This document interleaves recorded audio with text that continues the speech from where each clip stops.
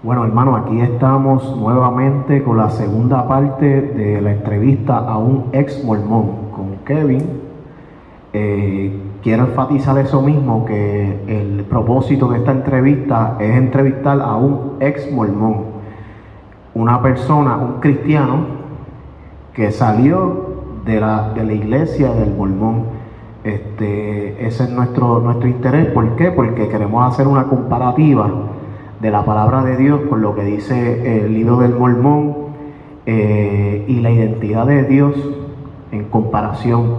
Y nada, estuvimos hablando de la primera parte en base a tu experiencia.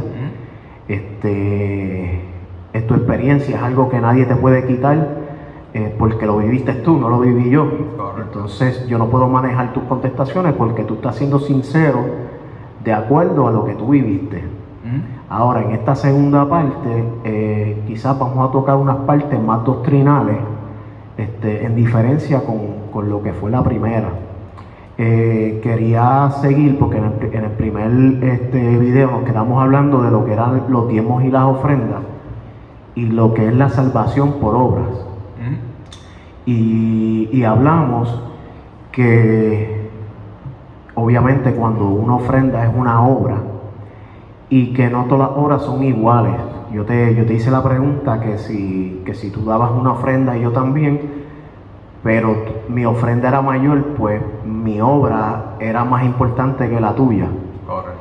En ese sentido, y quería compartir que en ese momento, eso no quedó grabado, pero vino en mi mente la ocasión donde los discípulos le preguntan a Jesús, ¿qué de las personas que separaron dieron mejor ofrenda? Y Jesús le contestó, la anciana. Aparentemente esta anciana pues era una persona humilde, que no tenía mucho, pobre, y la respuesta de Jesús es maravillosa. Él dice que todos dieron de lo que les sobra, pero ella dio de lo que tenía. Así que en base a la enseñanza de Jesús, vemos que la ofrenda no se trata de cuánto tú des ni la cantidad, se trata más bien de una condición del corazón, de la persona que está ofrendando. Así que esto cambia todo el concepto totalmente. Y obviamente sabemos que se ofrenda con dinero en estos tiempos porque todo se mueve, toda la economía, la sociedad se mueve en base al dinero, pero realmente podemos ofrendar nuestro tiempo, muchas cosas. Yo te puedo ayudar contigo, no sé, se me ocurre que a lo mejor estás a pie, yo tengo un carro y te lo presto. Son las buenas obras, pero sabemos que no podemos hacer nada para ganarnos la salvación. Por eso es la salvación es por gracia y no por obra, para que nadie se gloríe. Correcto. Así mismo está en la Biblia, en Efesios. Te quería preguntar, ¿tenías un testimonio en base a las ofrendas? Pues mira, es más bien una experiencia que había pasado. Era la primera vez que se iba a planificar íbamos a montarnos en el viaje al templo mormón. En ese momento ya están terminando de construir el de Puerto Rico, pero en ese tiempo el más cerca que quedaba era el de Santo Domingo. Y yo recuerdo que nos estamos preparando para ese viaje en cuestión de, ¿verdad?, todas las clases, ¿verdad?, la maleta y todo. Yo me acuerdo una noche que mi papá llegó molesto a la casa y dijo que no íbamos a ir al viaje al templo. Y yo nunca entendí qué fue lo que pasó, y papi después, una vez que yo estaba hablando con él, me dice lo que había sucedido, y fue que el obispo en ese momento le estaba impidiendo montarse en el avión, nosotros montarnos en el avión, por falta de diezmar en ese momento. Entonces recuerdo que papi lo que me dice es que el el obispo le puso una cantidad de dinero en un papel y le dice, si tú me consigues esta cantidad de dinero, pueden ir al templo. Y, ¿verdad? Papi se fue molesto de allí, algo que se entiende porque, en cualquier ojo eso se ve como un soborno. Sí, realmente. Wow, me quedo sorprendido. Vemos que incluso la Biblia no te obliga a dar un diezmo, no te obliga a dar una ofrenda. Dice que des según tu corazón, según lo que tú sientas que debes de dar. Muchos, me incluyo, pues damos un diezmo porque realmente encuentro lógico que si Dios puso a su pueblo un diezmo, pues quizás una cantidad lógica de agradecimiento por todo lo que me provee el Señor. Pero no debe haber espacio para que un líder religioso pues te exija una cierta cantidad, ¿me entiendes? Para ponerte unas condiciones. Pero sabemos que esto se da incluso en otras iglesias, no solamente ahí. Pero estamos trayendo a colación, y la comparación es con la palabra de Dios. ¿Cuál es la enseñanza de Jesucristo? Incluso si te vas por la historia de Martín Lutero, todo lo que se estaba practicando ahí se estaba moviendo a causa de dinero. Corrupción. Exacto. No es simplemente esta única religión, también en el catolicismo esto se ve mucho, en las demás religiones prácticamente. Sí, en los evangélicos hay iglesias haciendo eso y tratamos de señalar esas herejías, porque ponen tropiezo al pueblo de Dios. Pero realmente no es ese el concepto de Dios, ¿sabes? Bíblicamente no es correcto hacer eso. Y está más que claro, incluso en el tiempo de Jesús, cuando él volteó las mesas, también se debía a la corrupción del templo y cómo estas personas le estaban sacando dinero a las personas. Así que Jesús tuvo que combatir esa corrupción. ¿Está bien? Quería enfatizar también que para el primer video hubo unas dudas. Nosotros mencionamos en el primer video el nombre de la iglesia, que es la Iglesia de Jesucristo de los Santos de los Últimos Días. Exacto. Nosotros mencionamos la palabra mormón porque así es como se les conoce los de afuera. Y queremos que la gente sepa de qué religión estamos hablando. Pues utilizamos el término mormón porque así se llama su libro, el libro del Mormón. Pues mucha gente los conoce de esa manera, pero se llama, repite de nuevo el nombre. La Iglesia de Jesucristo de los Santos de los Últimos Días. Ok. Y el nombre dice los Santos de Jesucristo. Pues realmente entiendo que hay que dar una explicación de ese Jesucristo, si es igual al Jesús cristiano, si se acerca al Jesús bíblico, sus cualidades, su pasión, todo eso vamos a estar discutiéndolo hoy por encimita, porque creo que es muy importante. Mira, claro. te quería hacer unas preguntas. Sí. Quiero preguntarte de conceptos. Vamos más al tema doctrinal. Dentro de la doctrina cristiana hay ciertos temas que son bien importantes, que hay que comprender. Y te quiero preguntar cómo explica el mormón o qué concepto tiene un mormón sobre la creación. Pues mira, básicamente el mormón cree que hay una preexistencia, ¿entiendes? Que antes nosotros estábamos en una preexistencia donde nosotros recibíamos doctrina de todo lo que iba a suceder en la tierra. Entonces, en la iglesia, ¿verdad? De los Santos de los Últimos Días, te explican que cuando nosotros aceptamos ir aquí a la tierra, nos mandan a la tierra, cruzamos el velo, borramos memoria, y llegamos aquí a hacer obra. Un momentito.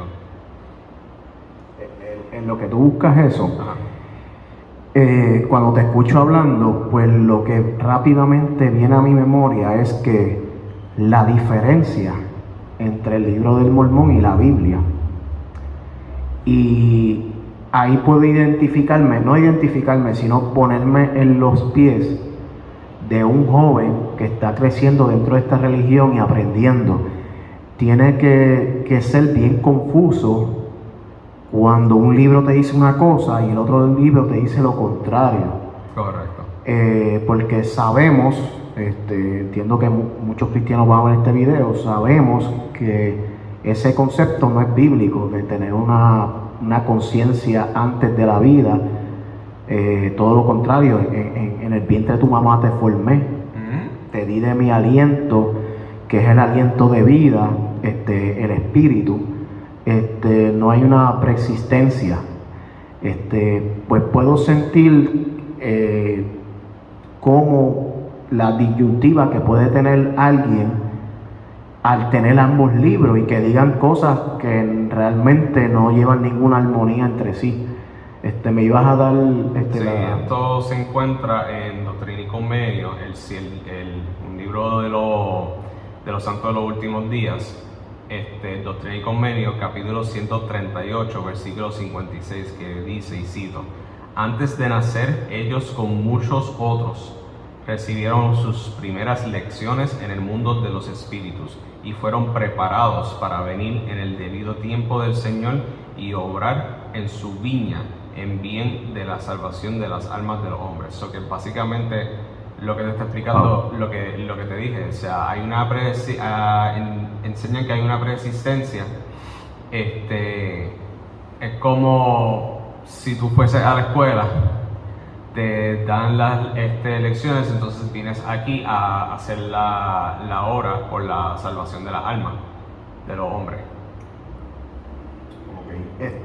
Pues eso me lleva también a esta pregunta: ¿cuál es el concepto o qué forma parte de obviamente de su teología en cuanto a la muerte, la vida después de la muerte física, claro? Ok, primero que nada, la Biblia te dice que Jesucristo es el camino, la luz, la vida y la verdad. Vida. Exacto, nadie viene al Padre sino por mí. De los primeros presidentes de la Iglesia de los Santos de los Últimos Días, el segundo, Brigham Young, él declaraba que no era así, que el concepto para tu poder llegar hacia el Padre no era Jesucristo, era Joseph Smith. Esto se encuentra en el Journal of Discourses, el volumen 3, la página 238. Brigham Young declaró, ese fue en el 1859, desde el día en que el sacerdocio fue llevado de la tierra a la liquidación de todas las cosas, todo hombre y mujer debe tener el certificado de Joseph Smith Jr. como pasaporte para su entrada a la mansión donde está Dios y Cristo. Yo contigo, tú conmigo, no puedo ir allí sin su consentimiento. So, básicamente es el mismo concepto de Jesucristo, de que tienes que pasar por Jesucristo primero para poder llegar al Padre, pero le cambiaron el nombre de Jesucristo a Joseph Smith, ¿entiendes? Si le están dando unos atributos a Joseph Smith, que es un hombre de deidad, concepto divino, por decirlo así. Sí. Y eso es sumamente peligroso. Wow, realmente las diferencias entre lo que dice la Biblia y lo que piensan y creen el mormón, las diferencias son abismales, son diferencias grandes. Que no me imaginaba que fuera de esa manera. Pues entonces esto me lleva a la pregunta de que me expliques entonces qué ellos opinan, cuál es su opinión de la eternidad. Pues ellos enseñan que la eternidad está dividida en 3 reinos. Está lo que se llama el reino celestial, el reino terrestre y el reino celestial. ¿Qué sucede? El reino celestial, esto se encuentra en Doctrina y Convenios 76, 51 y 69. Perdona, te iba a preguntar del juicio, esa es la próxima pregunta. Así que si dentro de esa información, pues si puedes hablar del juicio, lo puedes hablar. Sí. Que básicamente en el reino celestial es un lugar preparado para aquellos que recibieron testimonio de Jesús y son hechos perfectos mediante Jesús, el mediador del nuevo convenio que obró esta perfecta expiación derramando su propia sangre. Básicamente el juicio para los que van al reino celestial son los que recibieron el sacerdocio, pagan el diezmo, van todos los domingos a la iglesia, participan, esto y lo otro. ¿Ese van a qué nivel del cielo? El celestial, que entiende que es el más alto. Es el máximo, el supremo. Exacto. Entonces el que le sigue es el terrestre, que ese es para aquellos que reciban la gloria terrestre, reciben la presencia del Hijo, mas no la plenitud del Padre. Por consiguiente, son cuerpos terrestres, no son cuerpos celestiales, y difieren en gloria como la luna difiere el sol. Esto se encuentra en Doctrina y Convenio 76, 77 al 78. Sí, básicamente lo que te dice es que un momentito. Pero hay más, me hablaste de 4, ¿verdad? Son 3, exacto. Digo, si cuentas la perdición, pues serían 4. Sí, te mencionaste también la perdición porque Exacto. pues, ese es el concepto de juicio. Exacto. Quiero que eso. Entonces, el siguiente reino sería el celestial, que sería, según Doctrina y Convenio 76-82, la gloria celestial estará reservada para las personas que no recibieron el Evangelio de Cristo ni el testimonio de Jesús. Son como estas personas que son... Bueno, ahí es que no creyeron, los no creyentes. Exacto. No recibieron el Evangelio, son los incrédulos, se puede decir, ¿verdad? Exacto. ¿Verdad? Entonces, ¿verdad? Tienes una cuarta opción si... No es que tienes, es que hay una cuarta opción si tú no llegas a ninguno de estos 3 reinos principales, que sería la perdición. Sí, pero ya estamos hablando de condenación, porque lo que me acabaste de leer es parte de la condenación. Exacto. Ya sería el Doctrina y Convenio 88-24, dice que los que van a la condenación, a la perdición, soportarían un reino que no es de gloria. Ese es más semejante a lo que es infierno. Exacto. Ok, mira, para los que nos están viendo, sabemos que bíblicamente no hay una gloria del Hijo ni una gloria del Padre, sino que Jesús dijo que por medio de Él pues se glorifica el Padre. No hay un lugar donde está el Hijo y otro lugar donde está el Padre, sino que el Hijo fue levantado en gloria y sentado a la diestra del Padre, y así pertenece. Y cuando decimos a la diestra del Padre, estamos hablando iguales, semejantes, porque sabemos que se le fue otorgado toda potestad en los cielos, de la tierra y bajo la tierra al Señor Jesucristo. También la Biblia habla de 3 cielos.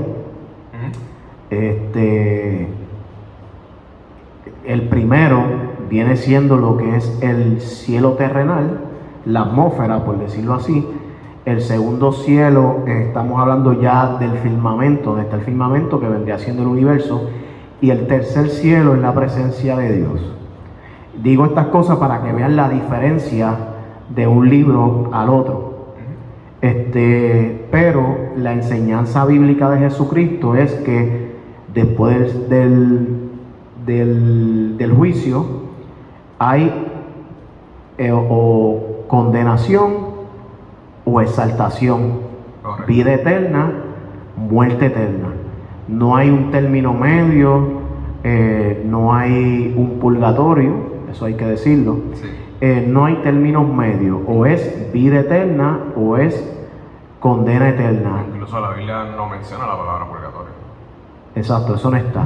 Y en el caso de los mormones, ahí tú me estás leyendo de que no es como dijo Jesús, que es vida eterna o condena eterna, sino que ahí divide lugares, está dividido la vida eterna y divide también la condenación. Vemos la gran diferencia entre un libro, de lo que dice un libro, lo que dijo Jesús, a lo que dice el libro del Mormón. Ok, yo creo que ahí tocamos, ibas a decir, quería enfatizar que Kevin está dando la cita para todo aquel que quiera buscar esta información, sepa a dónde está escrita. Y esto da pie también a la próxima pregunta que te quiero preguntar. ¿Qué piensa el mormón de la Biblia? Pero quiero que me expliques de esas citas que tú estás dando. Muchas de ellas son del libro del Mormón, pero también hay citas de otros libros que ellos utilizan. Pues quiero que me aclares eso. Ok, so básicamente el Mormón tiene 3 libros, digo 4, 3, apartando la Biblia pues serían 3. Ellos tienen lo que es, ¿verdad?, la Biblia, el libro de Mormón, Doctrina y Convenio y la Perla de Gran Precio. El Mormón enseña que la Biblia está mal traducida. Ellos te enseñan que el libro de Mormón es el libro más correcto sobre la faz de la tierra. Ellos te enseñan que Doctrina y Convenio es un libro que es de profecías y revelaciones recibidas por los profetas mormones. Y el de la Perla de Gran Precio es una supuesta traducción de un papiro antiguo egipcio por José Smith. En base a por qué te digo que ellos dicen que la Biblia está mal traducida, se enseña en las enseñanzas del profeta José Smith. Eso es un libro que ellos, de muchas doctrinas que ellos tienen, el profeta José Smith escribe: creo en la Biblia tal como se leyó cuando vino de la pluma de los escritores originales. Traductores ignorantes, transcriptores descuidados o sacerdotes intrigantes y corruptos han cometido muchos errores. Hay muchas cosas en la Biblia que, tal como están ahora, no concuerdan con las revelaciones que me dio el Espíritu Santo. Ellos también tienen lo que son los 13 artículos de fe, que eso es básicamente los 13 principios de lo que crea un mormón. Entonces, pues el artículo de fe número 8 dice: creemos que la Biblia es la palabra de Dios hasta donde esté traducida correctamente. También creemos que el libro de Mormón es la palabra de Dios. Y básicamente lo que te está diciendo ahí es, mira, ahí la Biblia, no confía en ella. Y hasta la misma Biblia tiene como que una respuesta, tiene varias respuestas para esto. Un ejemplo, Mateo 24:35 te dice que el cielo y la tierra pasarán, pero que su palabra nunca pasará. Que toda la palabra es inspirada por Dios. Correcto. Que ni una tilde ni una coma será cambiada. So, decir eso es contradecir. Pero te pregunto, estas supuestas malinterpretaciones o traducciones, en algún momento alguien se sentó contigo y te dijo: mira, esta es la parte que está mal, o puedes llegar hasta tal parte, puedes creer esta parte no la creas. Realmente te dan una explicación donde te muestre el error, te pueda probar el error, y a partir de me estoy explicando bien, Sí. qué parte de la Biblia son confiables y qué parte no, o te dan una respuesta bien simple y superficial, como que pues hay partes que sí, partes que no, pero realmente no te están dando ninguna prueba y pues cómo tú te vas a manejar para saber si tú partes de ese principio de que es una mala traducción, pues tienes que saber desde cuándo o en qué área de la Biblia está mal traducida, porque si vas a cargar con ella, tú no vas a cargar con una Biblia, con un libro que tú no crees. Correcto. O sea, te dicen qué parte está mal traducida. Pues mira, en mi experiencia personal nunca me supieron contestar la pregunta. Era más bien como que yo encontraba cosas, ejemplo, la parte de la Biblia, que eso, ¿dónde es que está? Hechos 17:24, que eso fue una de las cosas que me explotó la cabeza. Dice el Señor, el mormón cree que se debe hacer las obras en sus templos, la obra por los muertos. Y Hechos 17:24, que nunca me lo supieron explicar, me dijeron, déjate llevar por lo que dice el libro de Mormón. O sea, una respuesta superficial. Y este versículo, Hechos 17:24, en Nueva Traducción Viviente, lo voy a leer, dice, Él es el Dios que hizo el mundo y todo lo que hay en él, ya que es el Señor del cielo y de la tierra, no vive en templos hechos por hombres. Por eso lo leí y yo me quedé, ¿qué? ¿Qué cuál? ¿En serio? Y ahí fue cuando aprendí el concepto de que la iglesia no es un edificio, la iglesia somos nosotros.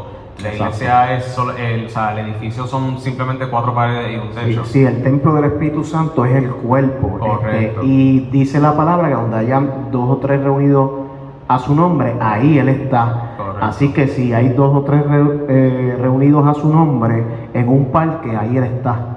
Si está reunido 2 o 3 más a su nombre en una casa, pues ahí Él está.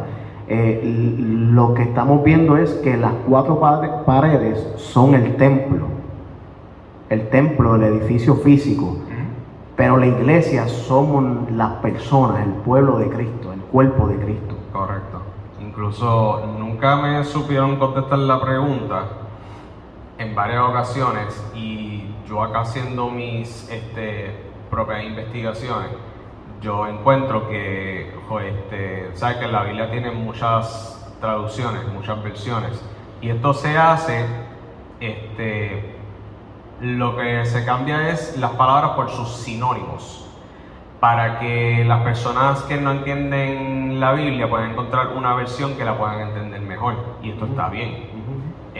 Porque tú quizá tu versión favorita sea Reina Valera, pero yo entiendo mejor la Nueva Traducción Viviente. Pues en base a las partes donde la Biblia supuestamente está mal, yo encontré un ejemplo que Joseph Smith había hecho su propia traducción de la Biblia, donde él corrige las partes que supuestamente estaban mal. Ok, pero sé que me vas a dar un ejemplo, pero lo que viene a mi mente rápidamente es que ¿de qué nacionalidad es Joseph Smith? Joseph Smith es americano. Es americano. ¿Él vivió en qué siglo? Él vivió para los 1800. Ok. La pregunta, si usamos la lógica, ¿cómo un americano del siglo XVIII sabe más, comprende más el griego y el hebreo que un hebreo del primer siglo y que un griego del primer siglo?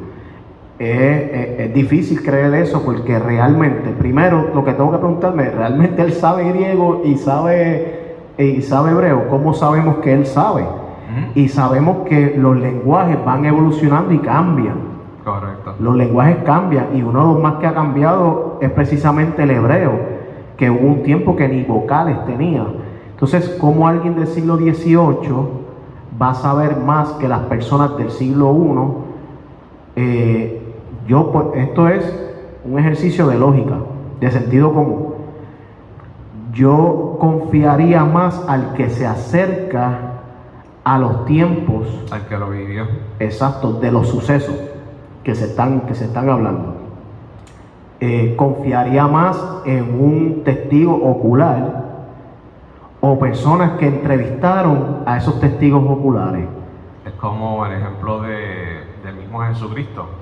La Biblia no te da una referencia, te da 4: Mateo, Marcos, Lucas y Juan. Exacto. Te dio 4 testigos ahí contando la misma historia, pero de diferentes puntos de vista. No, y no solamente la iglesia tiene eso.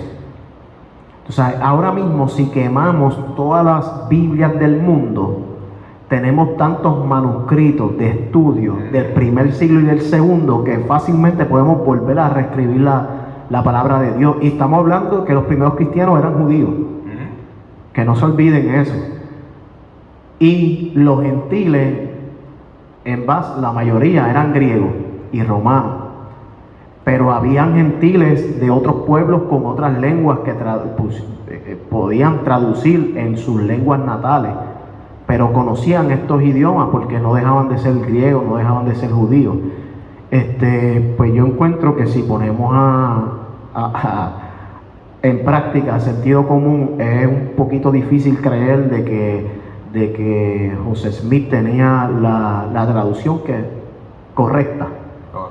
Está bien difícil creer eso. Sí. ¿Me ibas a dar un ejemplo? Sí, como había dicho, él había hecho una versión propia suya de la Biblia, que era la Joseph Smith Translation, la JST. Y un ejemplo que te puedo traer aquí,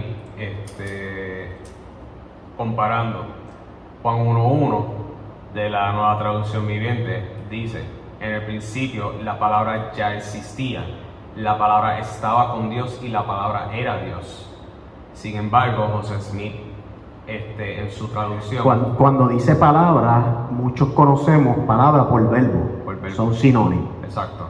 Por eso, si viene a ver, el propósito de todas las traducciones es buscar el sinónimo, pero no te cambia el sentido del mensaje. Exacto. Es para que la persona que no entienda una versión de la Biblia encuentre una que esté más para su vamos. Y oye, es normal en todos los idiomas, una palabra te tiene varios significados que te apuntan hacia lo mismo. Exacto. Es normal.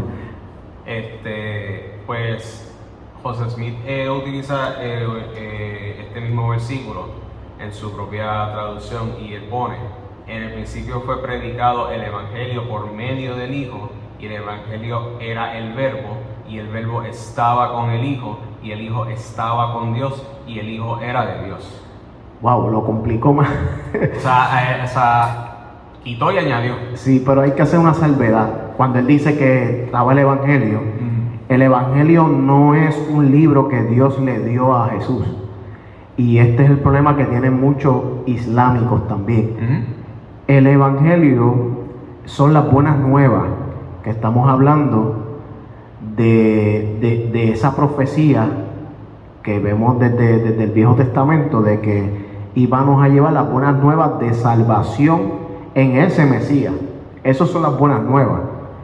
Pero lo que conocemos como Evangelio en época moderna, estamos hablando de unas biografías de Jesús. La biografía no precede al personaje. Las biografías vienen después de la muerte de un personaje, porque tienes que datar todo lo que él vivió hasta su muerte. Entonces, no puedes decir que el Evangelio es antes. No. Ok, la corrección sería el verbo o la palabra. Pero ahí noté que dice que el Hijo era de Dios. Correcto. Pero la traducción original dice que el Hijo, el verbo, no es de Dios, es Dios. Exacto. Entonces, si cambiamos eso, porque lo que ellos piensan es que el Evangelio fue cambiado, pero ellos no, hasta ahora, no sé, te pregunto, ¿ellos piensan lo mismo del Viejo Testamento? Que fue cambiado. Porque si yo digo, mira esto, si yo digo que Jesús es el Mesías, pues ¿qué dice la profecía? Que sería llamado Padre Eterno, Dios Fuerte, sería llamado el Emanuel, que significa Dios con nosotros. O sea, que estamos hablando que este Mesías es 100% hombre pero también es 100% Dios. Entonces, pues no puedes decir que era de Dios, sino lo correcto sería decir que es Dios, porque así va paralelo lo que dice el Nuevo Testamento, el Evangelio, va en sintonía con las profecías mesiánicas del Viejo Testamento.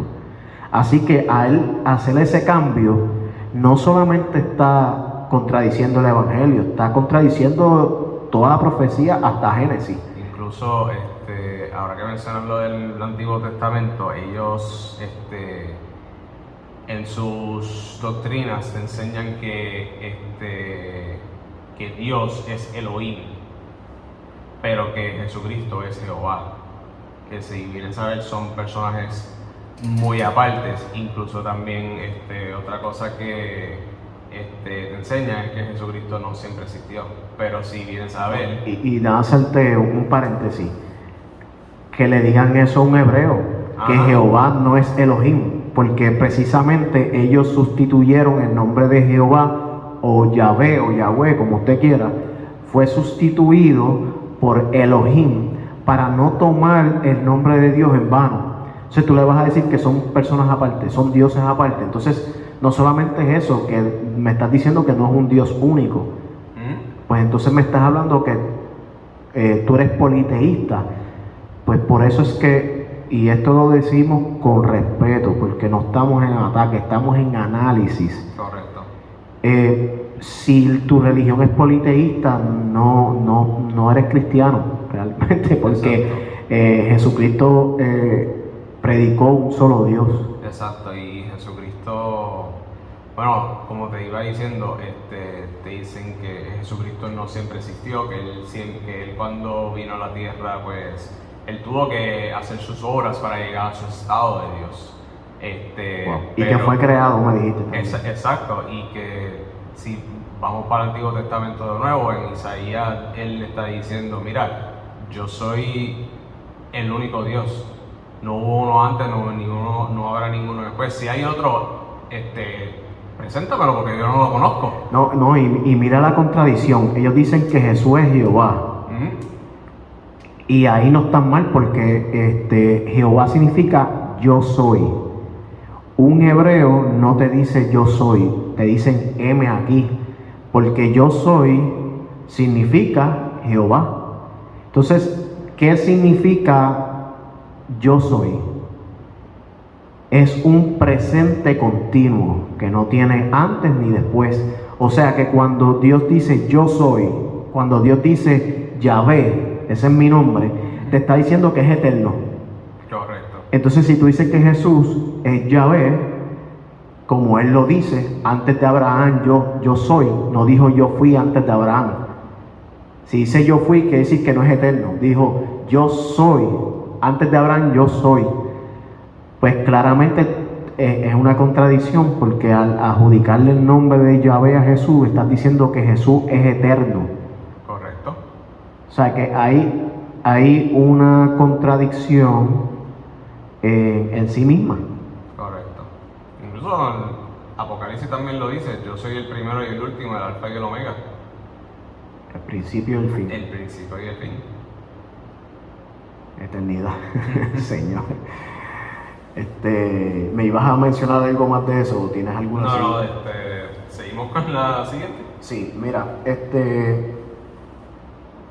pues nada, vamos a lo que pienso yo que realmente es lo importante, porque estamos hablando de un Dios, pero entonces vamos a hablar quién es ese Dios. Quiero que me explique la descripción que da el Libro del Mormón al Padre. Y cuando te digo eso me refiero al carácter de Dios y a los atributos de Dios. Ok, so básicamente la Biblia te enseña que Dios es omnipotente, omnisciente y omnipresente. Omnipotente es que Él es todopoderoso. Omnisciente es que Él lo sabe todo. Y omnipresente es que Él está en todas partes. Correcto. Pues Joseph Smith declara en el History of the Church, en el volumen 6, páginas 474 y 476. Él declara que por lo tanto, si Jesús tuvo un padre, no podemos creer que él también tuvo un padre. En su forma de pregunta, predicaré en la pluralidad de los dioses. Politeísmo. Exacto. Brigham Young, el segundo presidente de la Iglesia de los Santos Últimos Días.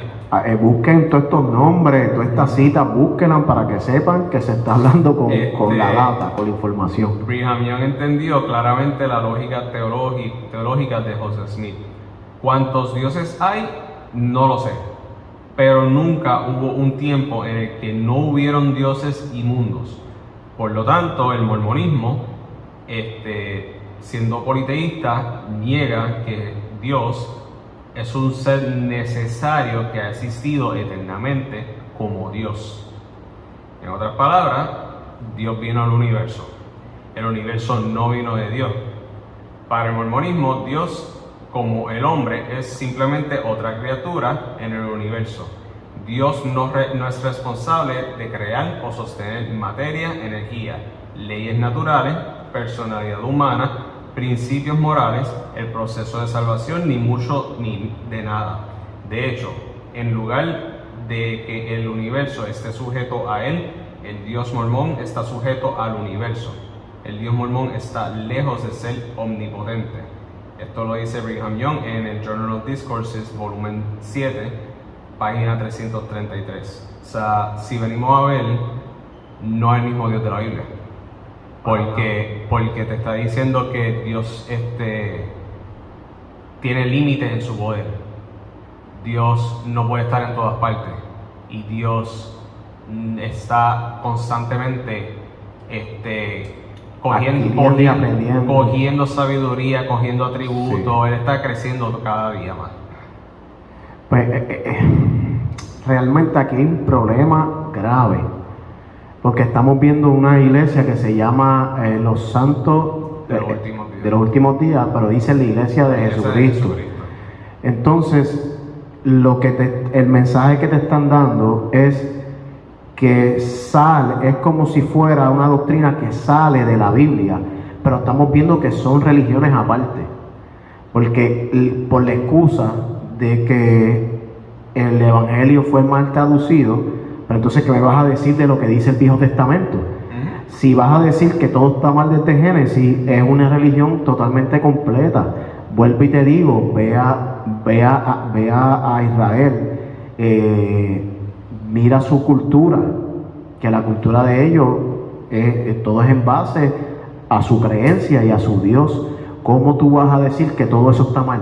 Incluso yo me sorprendo porque, mira, 2 Corintios 11:4 dice: ustedes soportan de buena gracia todo lo que cualquiera les dice, aun si les predican a un Jesús diferente del que nosotros predicamos, o a un espíritu diferente del que ustedes recibieron, o un evangelio diferente del que creyeron. Yo leo eso y yo digo, diadre, Pablo sabía. No, y te digo más. Juan el Bautista mandó a preguntarle a Jesús: ¿eres tú el que esperábamos o esperamos algún otro? Y Jesús contestó lo que para muchos no es una contestación, pero realmente no. A lo mejor tenemos que ver en ese sitio quiénes estaban, porque sabemos que los fariseos se iban para todos lados y él predicaba en parábolas para que ellos no entendieran. Y él no dijo: yo soy el Mesías, yo soy el que esperaba. Él dijo: dile a Juan que se están sanando los enfermos, que los ciegos están recobrando la vista, que los endemoniados están siendo libertados. Todo eso, lo que Jesús está diciendo a Juan es que yo soy el Mesías, porque se está cumpliendo toda la profecía acerca del Mesías. Y Juan no quería ser incrédulo, él quería salir de su duda. Exacto, pero ¿qué es lo que te digo? No se espera a otro mensajero después de Jesús. ¿De dónde sale Joseph Smith? ¿De dónde sale Mohammed del Islam, Mahoma? Si no se espera, incluso lo que tú estás leyendo, Pablo dice: sea anatema. Si alguien te predica algo distinto a este evangelio, lo dice Pablo, Él dice, aún siendo uno de nosotros, los apóstoles, aún siendo un ángel del cielo, sea anatema. Anatema significa sea maldito, es una maldición. Correcto. Y la característica de muchas de estas religiones es que reciben una revelación en lo oculto. O sea, tú tienes que creer en la persona, lo que este ángel le dijo, o el Espíritu Santo le dijo. Tú tienes que creer en esa revelación de esa persona. Sin embargo, vemos que la Biblia no es así. La Biblia Dios notificó al hombre su plan en diferentes tiempos, en boca de diferentes profetas, y todos señalaban a lo mismo, incluso la ley. No hay una revelación exclusiva, porque si yo te digo ahora mismo, Kevin, ayer me visitó un ángel o el Espíritu Santo y me dio esta nueva revelación, pues Pablo dice que eso es anatema. Porque ¿cómo tú vas a saber que es real si te estoy hablando de que estuve en mi casa y más nada, no tengo testigos? Entonces, si el Espíritu Santo me da una única revelación a mí, pues yo tengo que estar en las profecías de la Biblia porque soy alguien grande. Sin embargo, Jesús dejó claro que no se espera a más nadie después de él. Correcto. Ahí, es más, podríamos dejar esta entrevista, esta conversación aquí mismo, porque pero tengo más preguntas. ¿Te ibas a decir algo? No, continúa. Ok.